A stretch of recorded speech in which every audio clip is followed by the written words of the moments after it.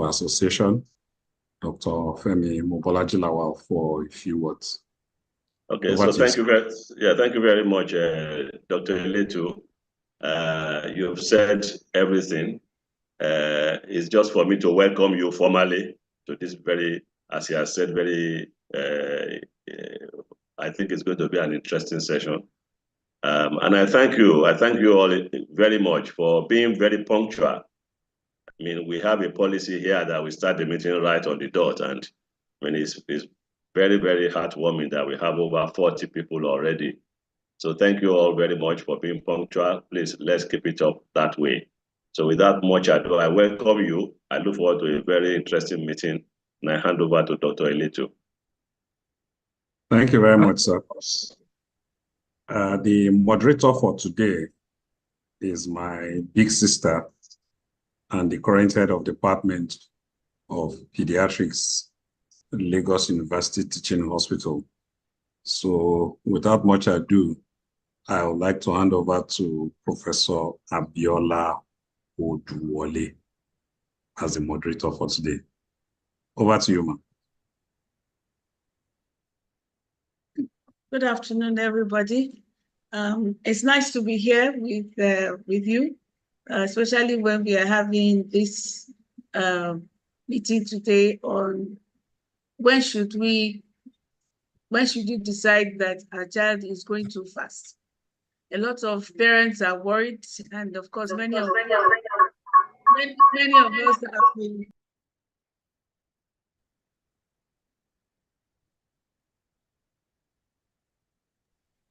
Okay. One echoing.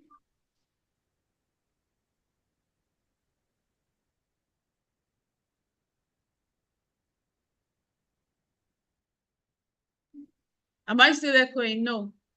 Okay, no. So we have I don't know what I'll call her. She's my president now in the African Society. She decided to follow me very, very, very closely, and I'm very happy with her. And I'm sure we're all going to enjoy this particular session, talking about precocious puberty. When should we worry? When should we decide that this is pathological? And when should we know and appreciate the fact that it's just a normal trend? So I'm going to ask Dr. Oyenusi, Dr. Elizabeth E Oyenusi, to start a presentation, because I've been told that you are very timely and that everything should be done to time. So Dr. Oyenusi, please share your slides.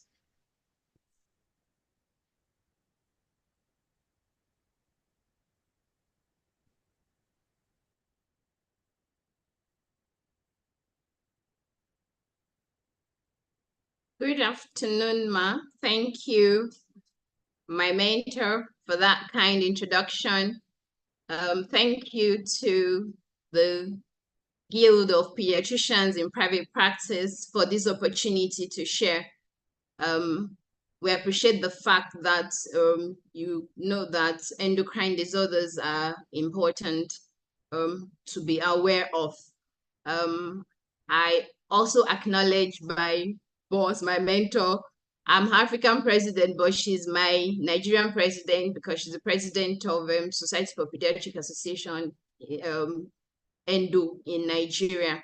So we'll go ahead into the topic. And I also acknowledge all my teachers, my senior colleagues, my colleagues. When should the pediatrician worry that puberty is coming on too early or progressing too early, too fast?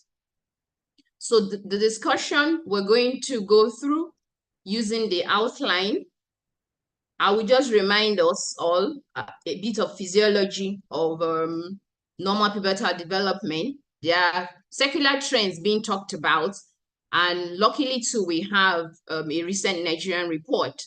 And then we'll go ahead to define when we said puberty is precocious, what causes it, how can we manage it, and then we'll discuss some real case scenarios we have experienced in Luth. So puberty is the stage of sexual maturity that ends in reproductive capability, and it usually involves morphological, physiological, and behavioral changes. And generally, we consider pubertal onset to be normal between ages of 8 and 13 years in girls and 9 and 14 years in boys. And the changes of normal puberty occur because of orderly sequential changes in endocrine activity.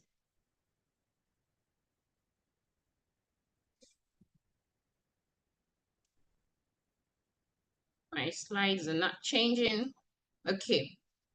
So the beginning of adolescent-related puberty is a function of the hypothalamo-pituitary gonadal axis. And one of the most important neuroendocrine mechanisms is the increase in the frequency of gonadotropin-releasing hormone pulse stimulation. There are also some other genes, things like Herceptin gene and some other important genes that play a role. But sometimes it's not really clear while one person is starting puberty at an earlier stage than another, even siblings of the same parents.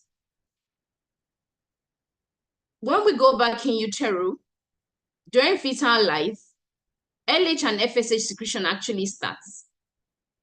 And during the neonatal period, up till about 6 months, FSH and LH are still high. If you sample them at this time, they are high.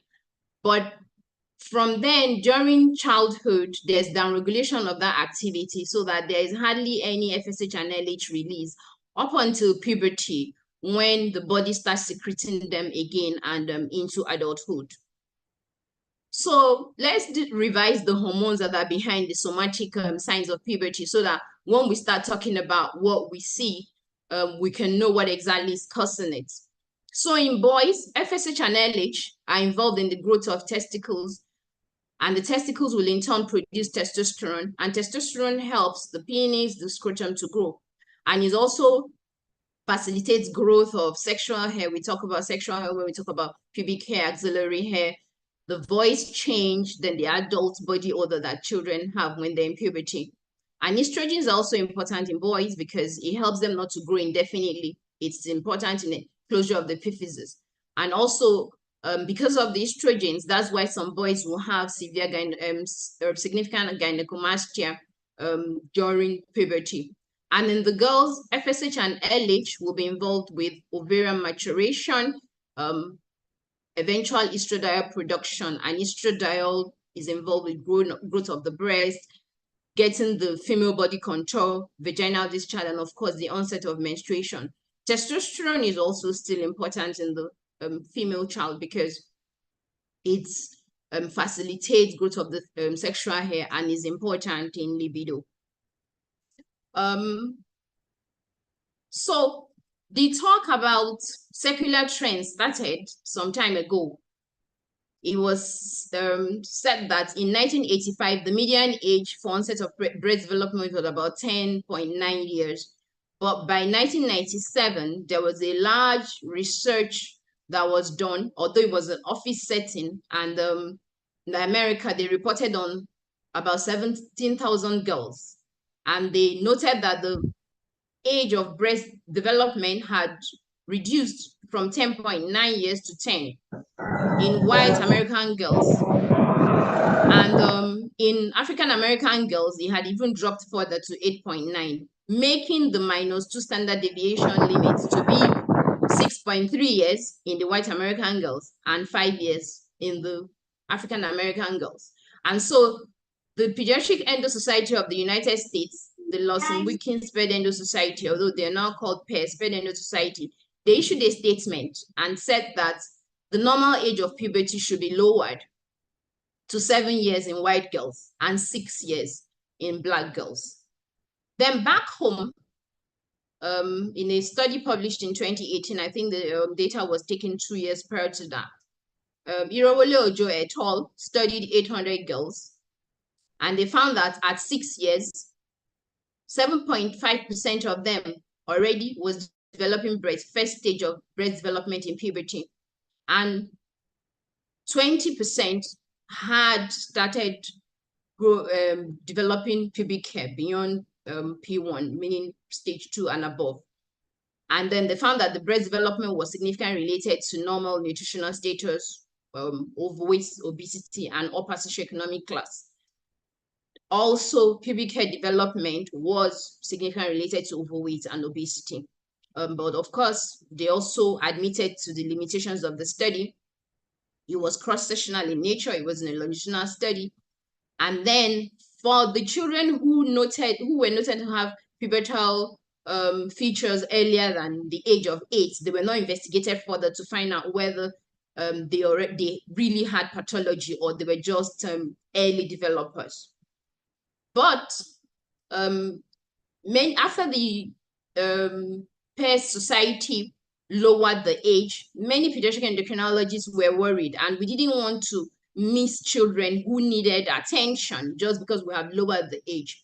So they did a retrospective analysis, Mediate et al., analyzing 1,570 girls who had been referred for early puberty for white girls at between 7 to 8, and for African American girls between 6 to 8, meaning these girls, if we lower the age, we will just dismiss them as normal. But the results were a bit worrisome because up to 12.3% had underlying pathology that needed attention. Pathologies like congenital adrenal hyperplasia, Meckel-Breast syndrome, which I will talk more about later on. And so everybody concluded and said that let us stay with the old limits for referral and investigation. So 8 years in girls and 9 years in boys.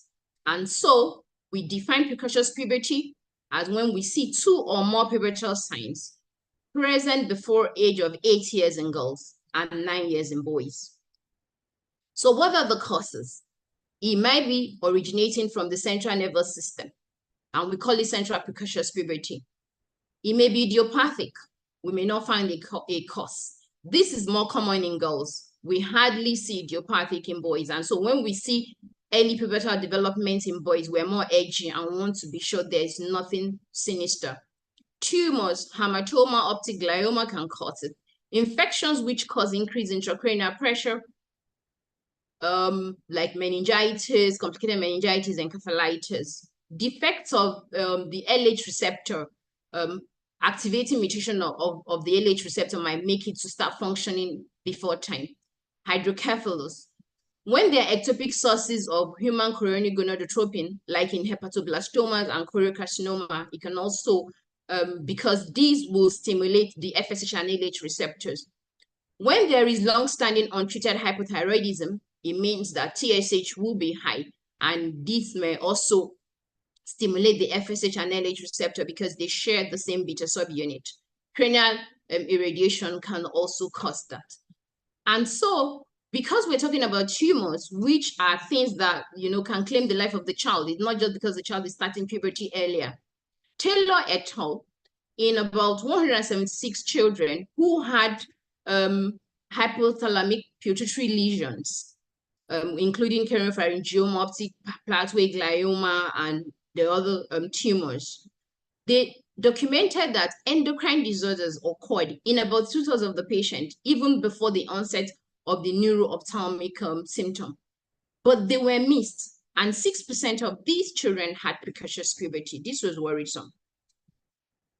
And going ahead with the causes of precocious puberty, going away from the central nervous system, when we get to the peripheral, it may be because there's a problem in the gonads. If there are tumors in the gonads, the testes or the ovaries, and they secrete high levels of sex steroids, they can cause precocious puberty. Ovarian cysts as well.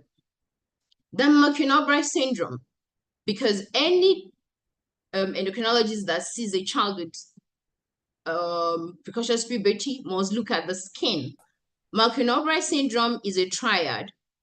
It consists of 1, capiolate spots, and these capiolate spots have irregular borders,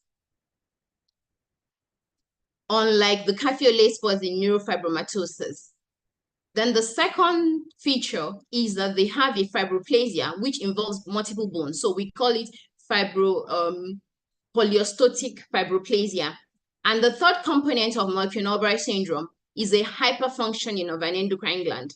And so this endocrine gland may be the thyroid, but when it involves the testes or ovaries, then the patients can present with precocious puberty. Then moving away to when the cause is in the adrenal glands. Enzyme deficiencies, the commonest being 21-hydroxylase deficiency, which can cause congenital adrenal hyperplasia, as well as the next commonest one, the 11-beta-hydroxylase deficiency. In these enzyme deficiencies, because 21-hydroxylase is involved in the production pathway of cortisol, and when it's deficient, the precursors will build up and be channeled into producing the sex steroids, specifically testosterone, that will eventually be converted to estrogens. So if a child has untreated congenital adrenal hyperplasia, they can present with precocious puberty. Also, tumors in the adrenal glands will make sex steroids to be produced in excess. And sometimes patients may be exposed to exogenous steroids.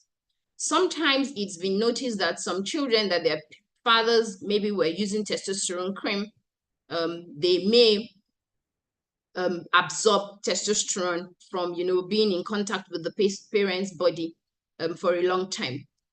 In some cases as well, children who are still breastfeeding might be exposed to estrogens from their mother.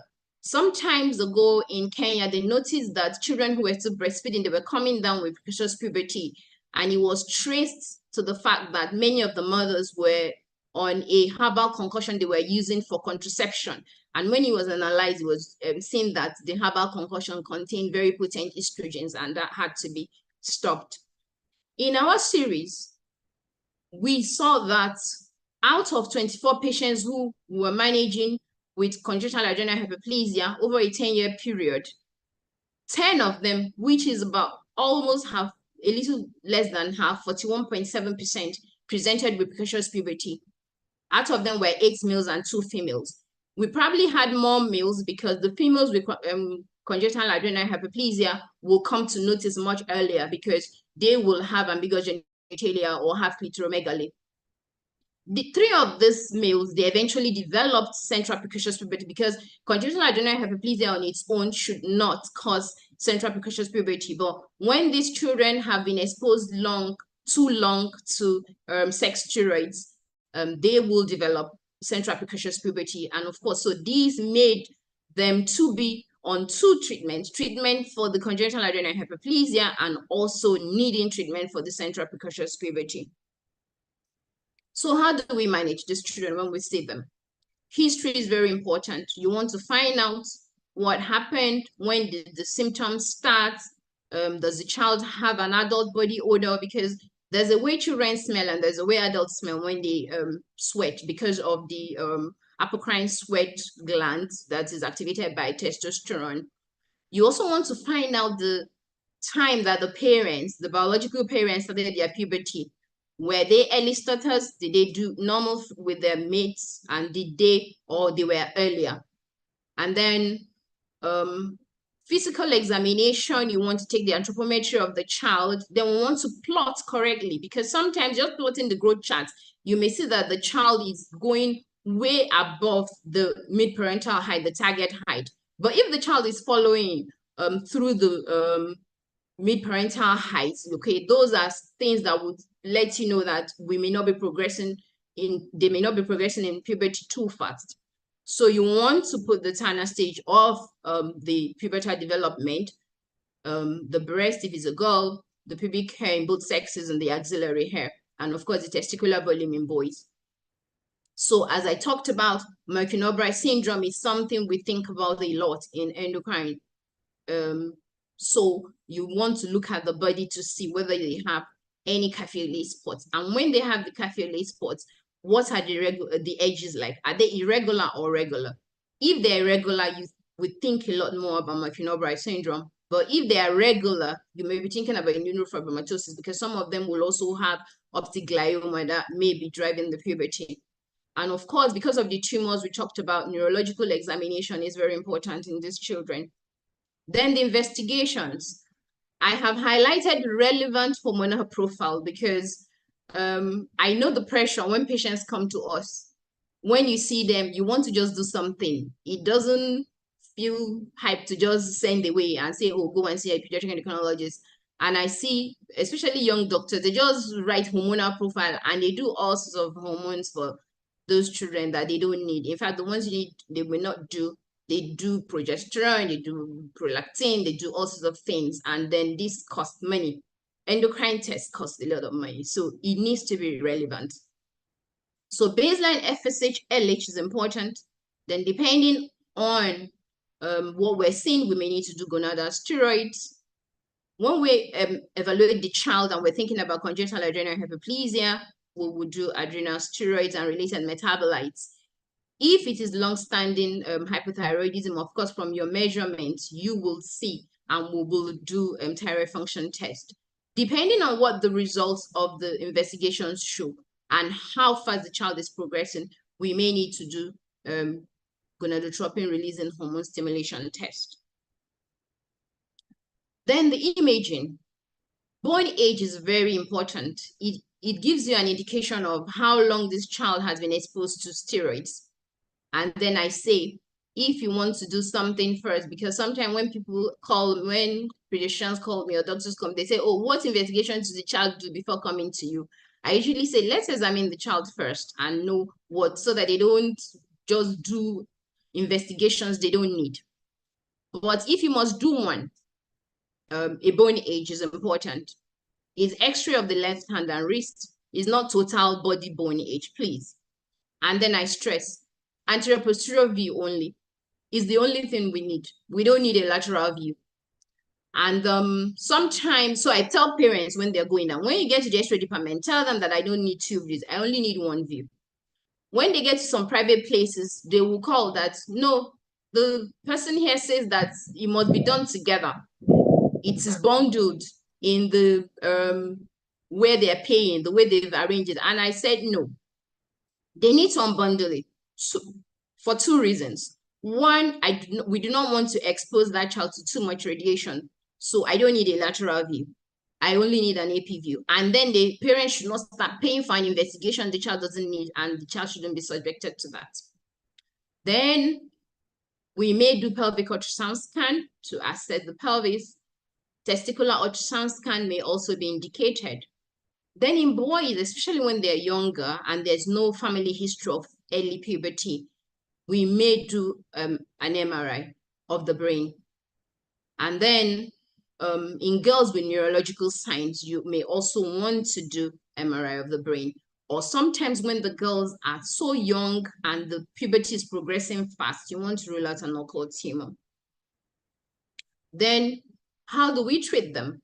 Of course, the treatment depends on what is causing the precocious puberty. So if it's a peripheral precocious puberty, there is still purely peripheral, like caused by congenital adrenal hyperplasia, we use replacement hydrocortisone. And if it's hypothyroidism, we use L-thyroxine.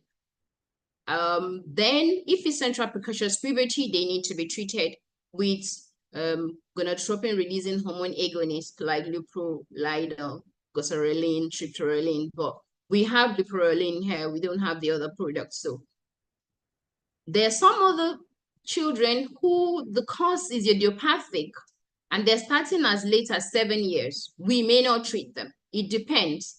Sometimes some of them are so young that's because once puberty is starting, breast is developing, within the next 2 years, max 5 years, they're going to start bleeding. So you evaluate this child, will this child cope with menstrual period the way the child is looking if the menstrual period follows suit in 2 or 3 years' time. And of course, if there's a tumor, the primary tumors have to be treated either by surgery or chemotherapy, and we work in conjunction with the neurosurgeons or the oncologists. So going forward, I want to talk about the LUTE experience. In a paper we presented in the Endocrine and Metabolism Society of Nigeria conference in Abuja in 2019, and also the Faculty of Clinical Sciences conference in same 2019 in University of Lagos. A review over 3.5 years showed that 49 patients were seen who had a form of early pubertal development out of the 20,439 cases of that were seen in the pediatric outpatient. And they comprised of 5.3% of 770 new pediatric endocrine cases. Out of this, more than half had true precocious puberty, 27 cases. And the distribution between males and female as shown. So we separated precocious puberty and premature telechy because, as I said, we need 2 or more signs of puberty to say that this child has precocious puberty. So some children who have exaggerated adrenal key, because between 6 to 8, some children have, there's adrenal androgens go up, and some children can actually show some hair growth around this time. But a close differential will be congenital adrenal hyperplasia, only that they will not have advanced bone age and it won't progress fast. And of course, there are no other abnormalities you're seeing. Also, premature telechy, isolated breast development in girls, especially when they're younger, maybe due to what we call infantile mammoplasia, or even if they are older, it may just be an isolated thing. And once it's not progressing, we just monitor them. We don't do anything. So discussing some case scenarios, real life experiences we've seen, so that you know that these things are with us.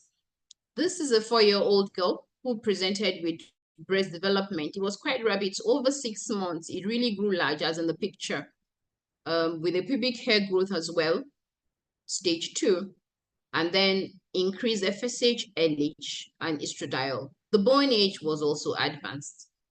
And then is not showing in this picture, the breasts were really looking engorged with visible veins and all, and with the rapidity, we were wondering whether we could be dealing with a tumor, so we had to do an MRI. But with all the investigations, the definitive diagnosis came to central precocious puberty. She was treated with leuprolene injection. In fact, this child was so dramatic. With the first shot of the injection, the breasts regressed, and everything really was controlled, and she will continue treatment until about 10-11 years. The second case is a 5-year-old male who was referred to us because of bow legs, because the person, the clinician that referred was thinking about rickets, and so referred to the endocrinology clinic. But a pediatric endocrinologist will not, examination of a child will not be complete until you examine the genitalia. And so when we examine the genitalia of this 5-year-old, you see that you already had pubic hair, almost stage P3, and then, enlarged, the penis was enlarged. And then the thing we noted was that he was very dark. He came with his mom and his younger brother, who were both fair in complexion. And so we started thinking that there is more, the mother kept saying that it was because of the bow leg I came, but we said there's something that is more dangerous than the bow leg. And then the anthropometry was high, the height was high, and by the time we did, so we're thinking about congenital adrenal hyperplasia, especially because of the hyperpigmentation, and then because his testicles were not enlarged, so we hadn't really, there was no central precocious puberty yet. The serum cortisol was low. The 17-hydroxyprogesterone was very high. And then you can see the serum testosterone was so high. In fact, this child had a perpetual erection throughout the time in the clinic, although thank God it wasn't painful, but really hitting high, like almost that of a middle-aged man. These electrolytes were normal, so of course he wasn't losing salt. If he was losing salt, he probably would not have lived up to 5 years without coming to notice. Bone age was markedly advanced by 5 years. And we commenced him on oral hydrocortisone. The bow legs were because of Blount's disease, so we had to refer him to the orthopedic surgeon, and we counseled the mother adequately to continue and follow up. And then sometimes Because if you start treating precocious puberty, especially idiopathic, beyond 6 years, really, because one of the benefits you get from treating them is to achieve the height, the final height, the target height that the genetic potential they had from the parents.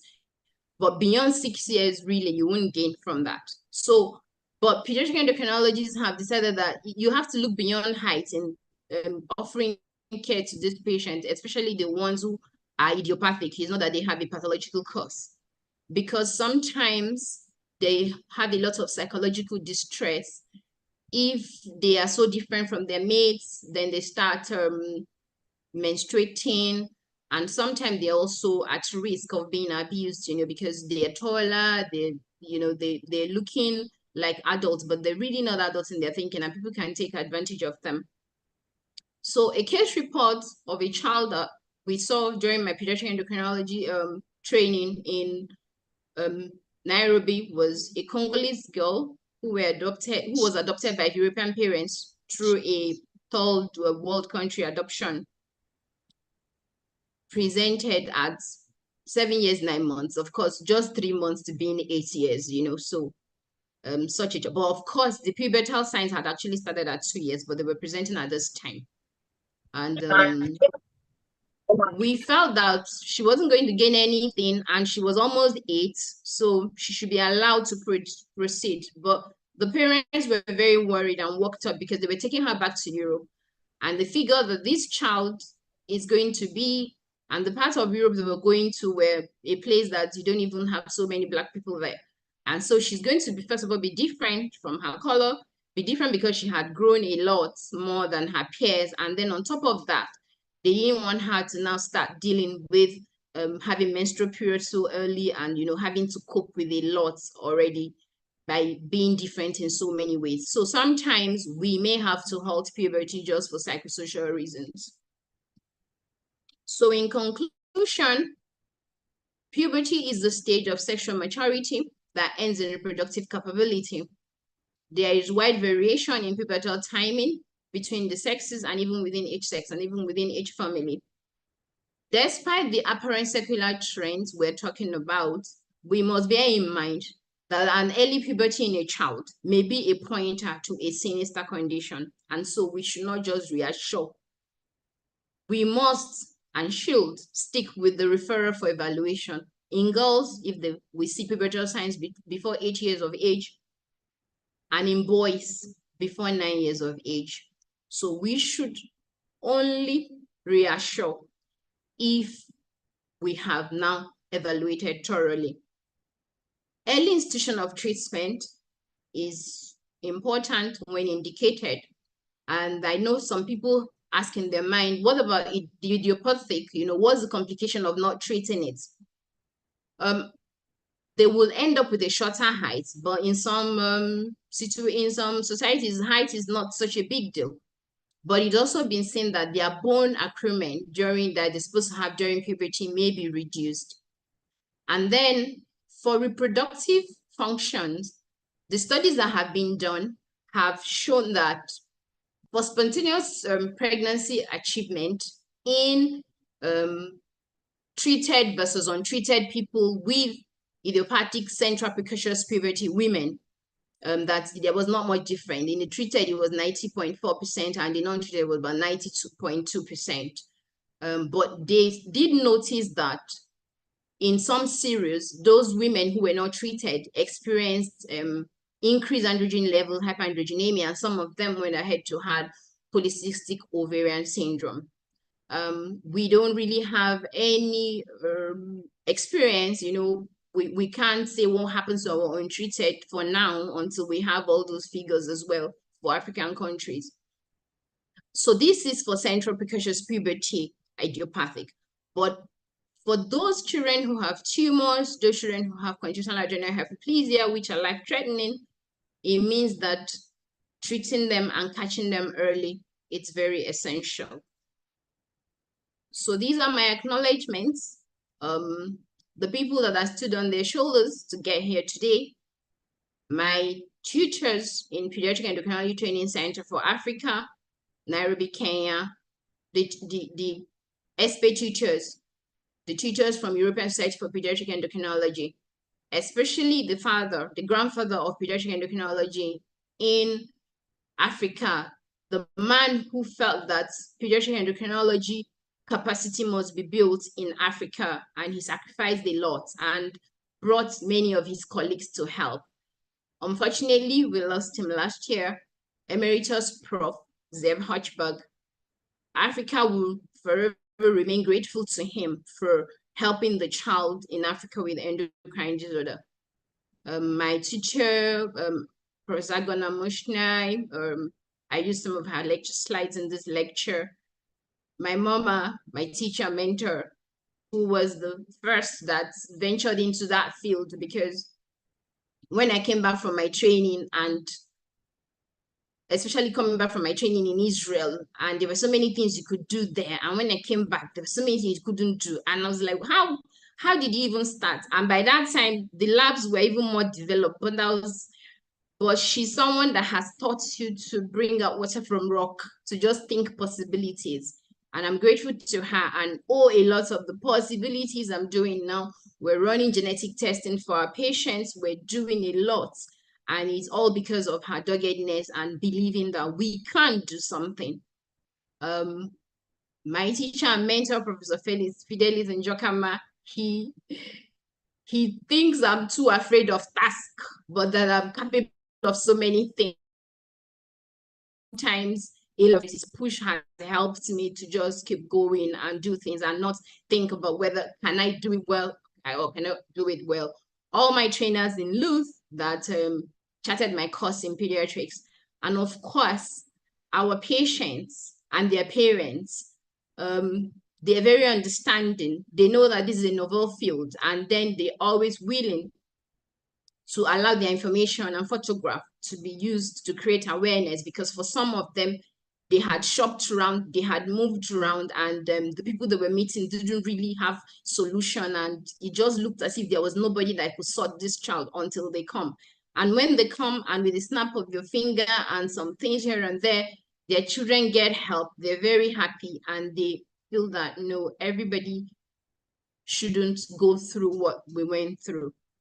Thank you very much for listening, and these are my references. Thank you very much.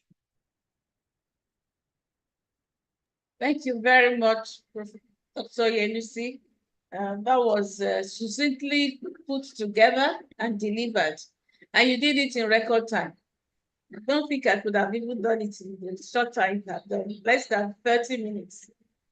That was very good. So you kept us interested in the topic, and of course, you didn't allow anybody to sleep off. Thank you.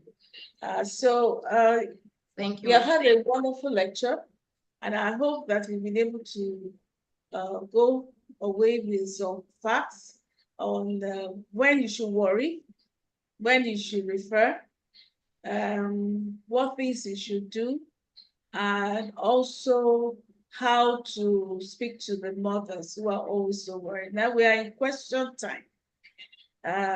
We are going to allow questions. Please put up your hand if you want to ask any question. And if you are just using iPhone, I would call you, please. May I see your name? I have this iPhone 13 Pro. I wish to know who the person is. Your hand is up, or please kindly put your name so that I can call you. I'll look at the chat to see if we have questions there.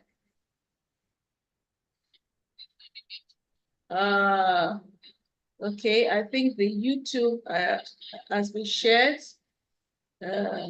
Okay, the first question. This question is coming from somebody who's not in Nigeria. She's from Cameroon. She has said, she's one of us from Africa. She has slipped into this conference. So Adele is asking, my question comes from the case one. Why doing a GNRH rate stimulation test? Why are you doing GNRH rate stimulation test when you already have a high beta LH of 1.7? Why not relying on this patient beta LH and FSH to confirm the diagnosis of precocious puberty? So please note those questions. The next question is, let me see if there are other questions on this chart.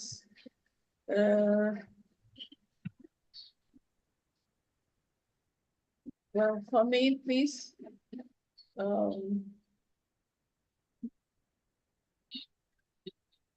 Okay, this is just a comment from Dr. Boyede, and she says, I see precocious puberty in children with cerebral palsy, especially the girls. What do you recommend for such scenarios? That is from Dr. Boyede. And another one where the person says Zoom user. There are two questions from Zoom user. I wish you could put your name there so that we will know who you are. Just asking the question, pubic and axillary hair, another type of body odor before age 7 in a female. Should one be worried? Those are the three questions and the comments on the chart. I have Dr. Usman's hand up. Please unmute and ask your questions or comments so that Dr. Oyenusi can answer all the questions together. Dr. Usman, can you unmute, please, and ask your question? Okay, while she's trying to unmute himself, Atinuke Uwaje, Dr. Uwaje, okay. Please unmute and ask your question. Thank you so very much for this presentation. And my question has to do with the definition.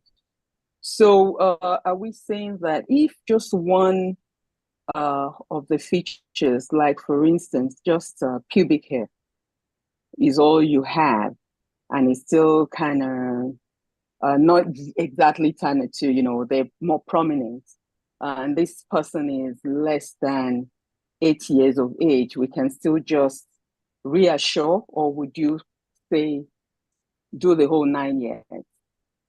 And I also want to ask regarding bone age, because we've sent kids for bone age left wrist, and some radiologists actually told us, oh no, you need to ask for that they use the femur. So I was wondering, and I know I did ask other radiologists and everybody said left, but I wanted to be sure.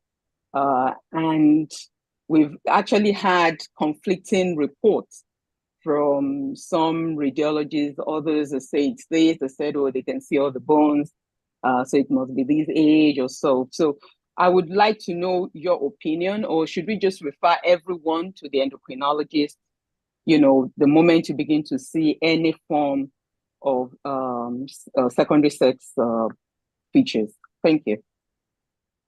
Okay, thank you. Dr. Usman, are you ready to ask your question? Dr. Usman, your hand is still up. Please unmute yourself and ask your question.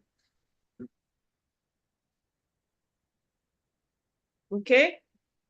Maybe Dr. I can Usman, start with these other ones and we can take a second round of questions. Is that okay, ma? That's okay. Go on. Okay. So, Dr. Adele, my Vice President of ASPE, thank you for joining in from Cameroon, and thank you for all the good work you're doing. Yes, valid question, because really, if you see an FSH and LH that has gone beyond the baseline, why don't just start, especially for that child that was progressing fast? But you know, the protocol is really like, you must do a stimulation test in all the protocols and see a stimulated level of at least FSH, some LH, some protocols say 6, some protocols even go up to 9.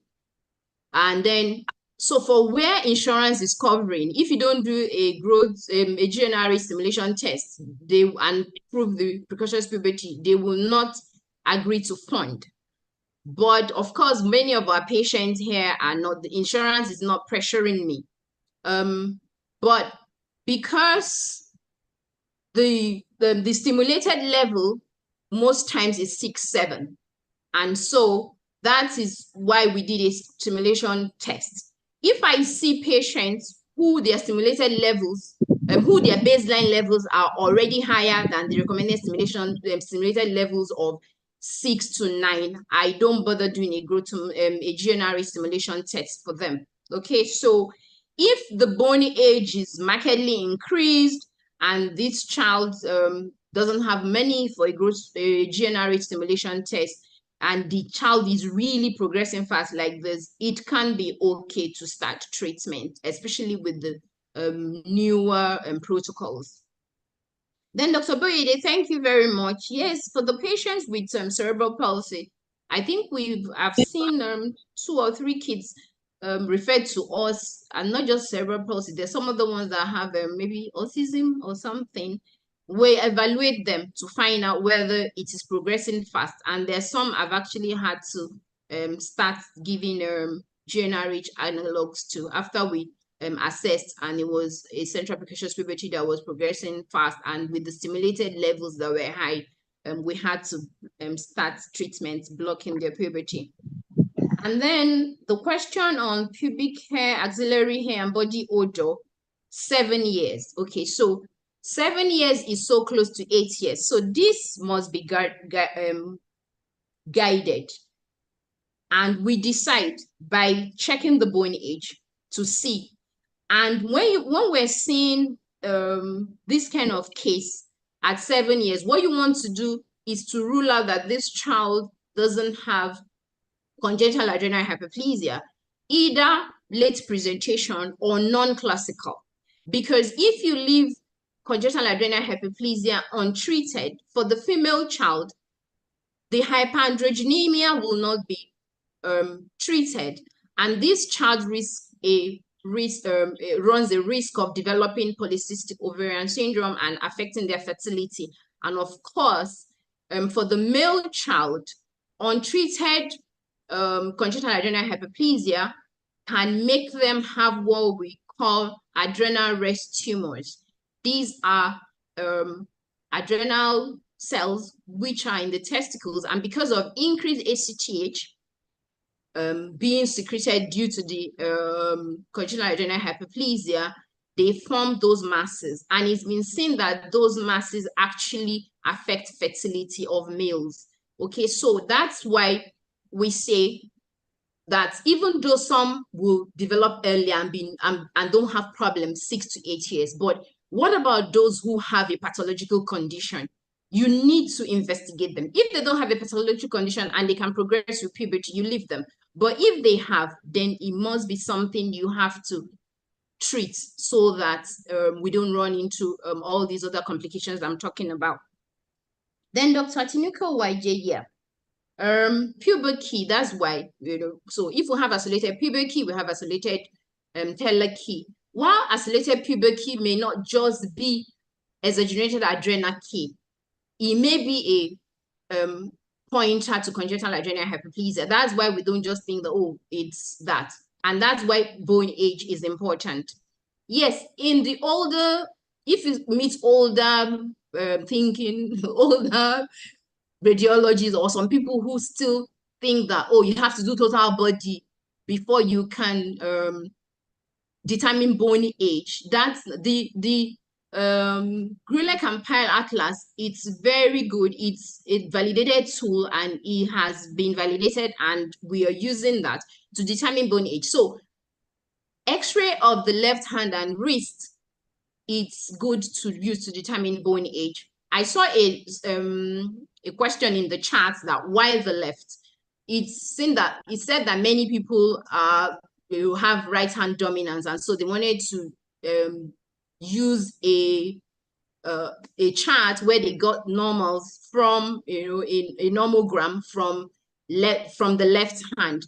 But studies that have been done recently showing whether you use the left hand or use the right hand is the same thing. There's no difference in the literature some studies that have done recently. But we just say, since the normogram that we have are based on left hand and wrist, it's just better to stick with it. in whether you should reassure, I think that you should refer. And as I said, here in Nigeria, when you meet a doctor or a pediatrician and you give them a complaint and they say, oh, I'll refer you to somebody, then they feel as if, but you're a doctor, you're a pediatrician. When I was still in private practice, there was a child they brought and the child had a heart murmur, and when I heard the murmur passed through the murmur, and I said, please, you have to see a pediatrician. They said, but we pay to see a pediatrician and you're a pediatrician. And I said, I do not do cardiology. This child will go and see a pediatric cardiologist.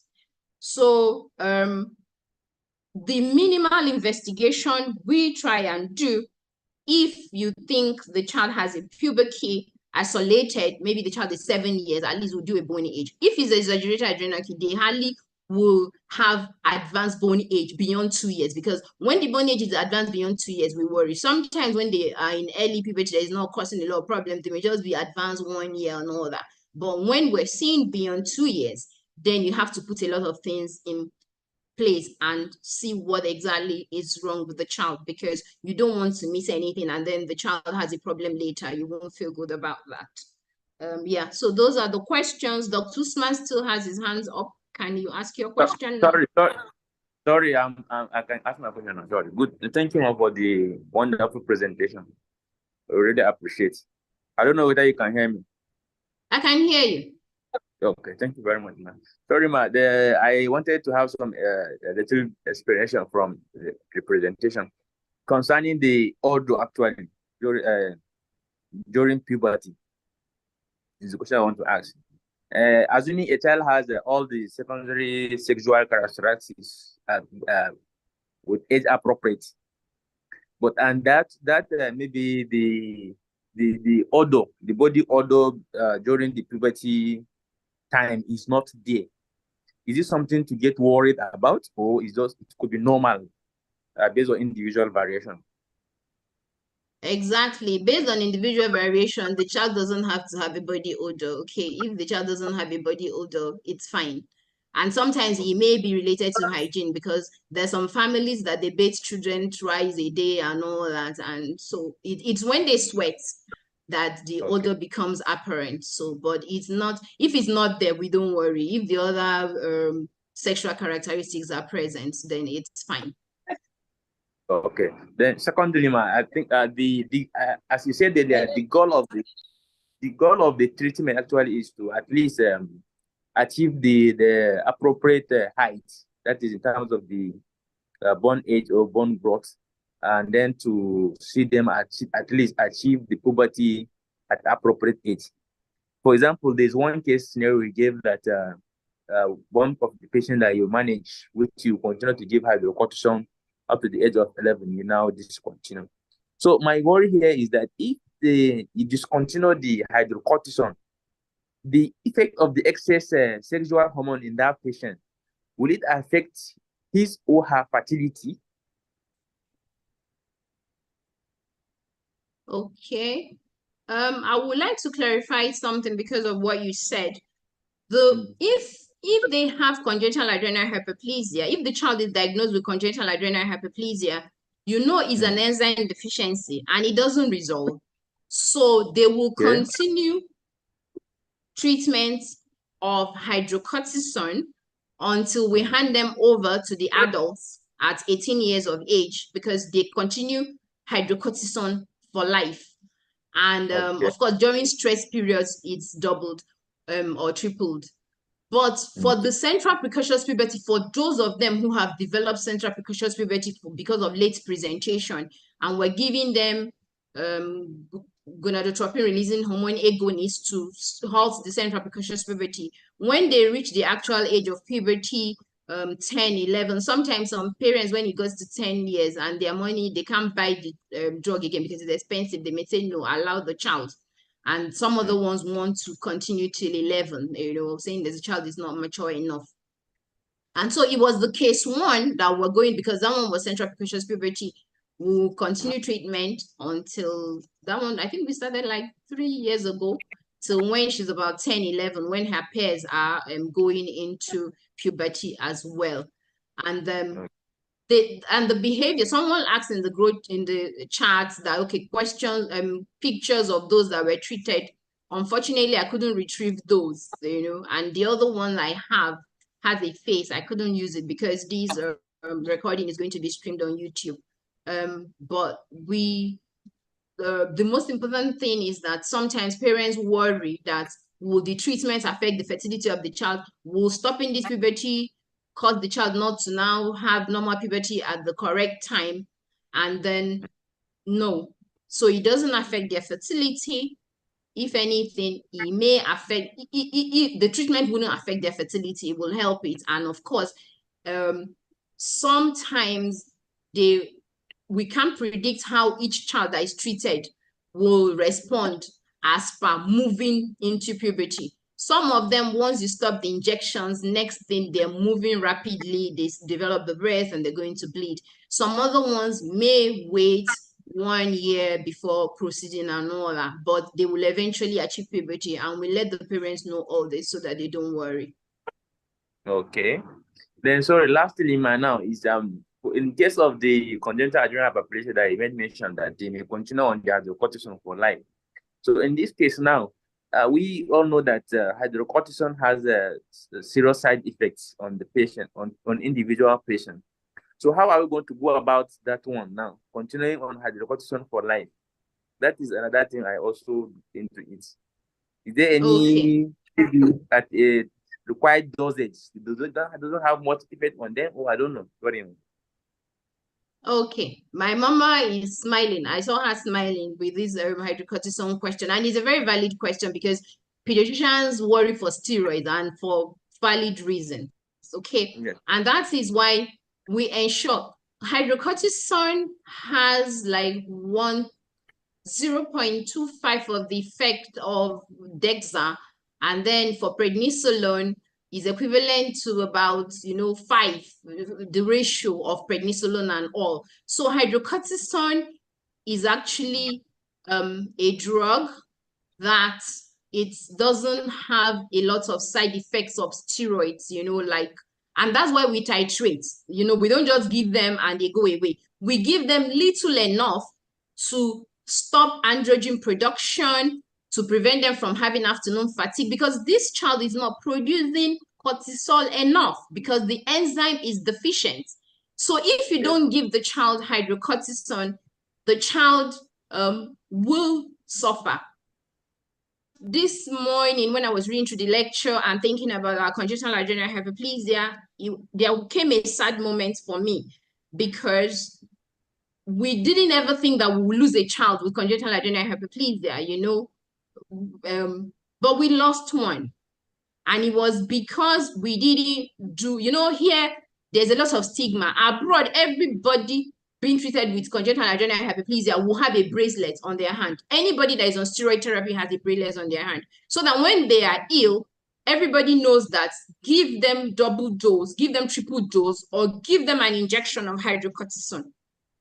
Because whatever you're treating them for, if you don't double their dose, because cortisol is the stress hormone, and this child went with sepsis to another hospital in the midnight. Unfortunately, parents didn't volunteer the information that was being managed for congenital adrenal hyperplasia because they were still thinking about stigmatization. But before morning, by the time they called us, that child couldn't make it to Luth, and we lost that child.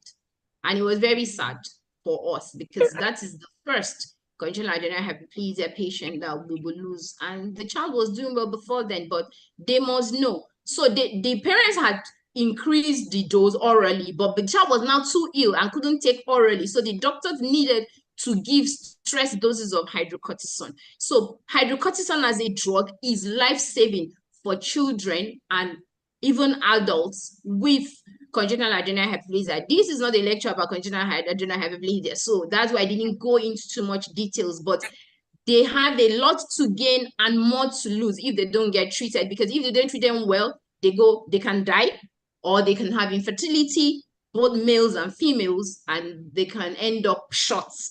But when you treat them with correct doses of hydrocortisone, and we titrate to make sure they're taking the least amount that will work. Sometimes some parents can't get because it's expensive sometimes, and sometimes it's not available. And then they start saying, can we use prednisolone? Can we do that? Sometimes when you do that, they're going to come down with all these complications of the steroids, you know, that we're worried about, like suppression of growth, and then maybe predisposition to infection and all that. But with hydrocortisone, they are spared all that. They actually have a lot more to gain than nothing to lose. I hope that's clear, sir. Yes, ma'am. Thank you very much. Great. Dr. Elizabeth, there's still some questions. One question at least in the chat. So the question is body odor in a 3-year-old in the absence of any secondary sexual characteristics, and hygiene is not the problem. What are your thoughts? Another question was on gynecomastia. Okay. I'm looking at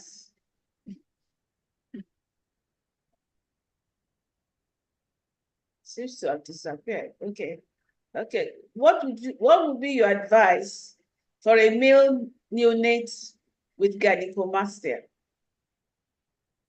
What would be your advice?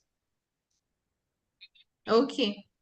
So for a male neonate with gynecomastia, so neonatal breast enlargement, usually we expect that by 6 months it should regress. Most of them by 2 years it should have regressed. It shouldn't grow more. And of course, it means that it's only breast, because there was one child we saw breast development from birth, then pubic hair development, and that child had an abdominal tumor, an ECG tumor. Okay, so but if it's just isolated gynecomastia and it's not progressing, and the child is otherwise well, you know, by 2 years of age, we expect that it should have regressed. If it doesn't regress, maybe that child will need evaluation. If it's a girl, I may not worry, I may leave till 3 or 4. But if a breast hypertrophy starts in the neonatal period and doesn't regress by 2 years, then we should look for maybe something. Is there an embryonal tumor that is secreting some hormones? It should be evaluated. And then, okay, the 3-year-old with body odor, hygiene is not the problem. So there's no axillary hair, there is no breast. Okay, I imagine maybe a girl. Is it a boy or a girl? Sorry, Prof. I didn't. Is a boy. Okay, so just has body odor. Yes. So what is causing the body odor? You have to find out what is causing the body odor. As an endocrinologist, I'll probably check the bone age, check DHEAS, which is one of the most predominant androgens around that age. And if those are normal, then the child may not have an endocrine cause for the body odor, and other causes will have to be evaluated. Okay. I think that's all the questions that's on the chat. Okay, I think this is the last question. What could inform the presence of strands of pubic hair in infants less than 1 year? And what can one do in this case?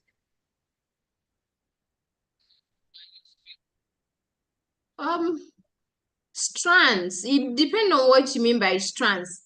If there's some things we call downy hair, you know, they're straight, they're soft, they're not curled, you know, and you wouldn't even call it stage 2 because they're just straight, and then the child doesn't have a body odor, the child doesn't have axillary hair, the child is otherwise well, then sometimes you see that those children are hairy, you know, they might have hair at their back, they might be just generally hairy, and if there are no other things, we just monitor. Okay, so when we see some things, we don't just say, oh, go home, it's fine, nothing. We may say, okay, for now, we're not going to do anything aggressive. We're not going to investigate, but we're going to observe, you know, and you let the parents know that you must observe with us, okay? Because sometimes when parents come, they say, are you not going to give me any medicine today? Are you not going to do anything? And, you know, waiting and observation is as if you haven't thought seriously about this, my problem and all that. And we explain, okay, it's part of the management. Sometimes after, and that's why when they say come, just come. When you come, we evaluate, we look, we plot chart, we examine, we ask you questions and all that. And it may be just wait, we'll see you again in 3 months. And you must come back in 3 months. If it's 6 months, you must come back because we want to also examine things. Sometimes we take pictures to really see objectively has things changed. Okay, so those will be my input. Somebody was asking how to read a bone age. A pediatric endocrinologist knows how to interpret a bone age, and it's in his or her purview to do. She has the right tools. Sometimes when you send X-ray for bone age, then the radiologist will say the child is at least 12 years, or is it at least 8 years? It doesn't say at least 12 years. Is the child 7 years? Maybe the child is 7 years and all that. There's only one pediatric radiologist that she reads bone age. In fact, all the bone ages she reads, when I read them back, it's exactly the same. So I think she has trained herself to find out how to read. So it's in the purview of the pediatric endocrinologist, and that's what we say. Do your bone age, just bring the film to us. We will read it and interpret it. Thank you. Thank you, Dr. Oyenusi, for answering that last question. I was going to say the person should join the pediatric endocrinologist, and certainly we know how to read the bone age very, very well. So thank you. Yeah. Thank you, Dr. Oyenusi, for this session. It's been a wonderful session, and I am so pleased with the questions that has risen from your presentation, and I'm sure you have been able to answer them appropriately. And from now, we probably will be getting a deluge of, is it a deluge or less referral? I don't know which one will follow this, but whatever it is, it's been a pleasure being a moderator for today. And thank you, ma'am. Yes, and I hope that when next we see a patient with downy hair, or you now know that you have to make sure, is it downy hair or is it a matured hair? That's the difference. Thank you very much. Over to... Thank you, ma'am. Yes. Dr. Thank you. Over to Dr. Letu. Thank you, ma'am. Okay, thank you very, very much. I'm sure we had a good time, and we had a lot of time for questions and the answers. I, for one, have learned quite a lot today, and I don't mind asking to be an associate endocrinologist. You're welcome, sir. PETSQUA is not too old for anybody. There's no age limits.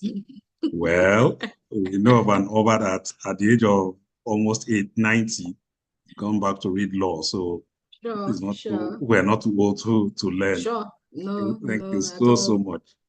And as I always say, I will knock on that door again at some time for another presentation. Thank you very, very much. And to all of us who've been on this call, I hope we've learned quite a lot, and we know when to refer those cases to the appropriate clinicians to manage them. I mean, the endocrinologists. So on behalf of Dr. Mobolaji Lawal, I want to say a big thank you to each and every one of you, and hope to see you in May, last Thursday, 3 p.m. God bless you.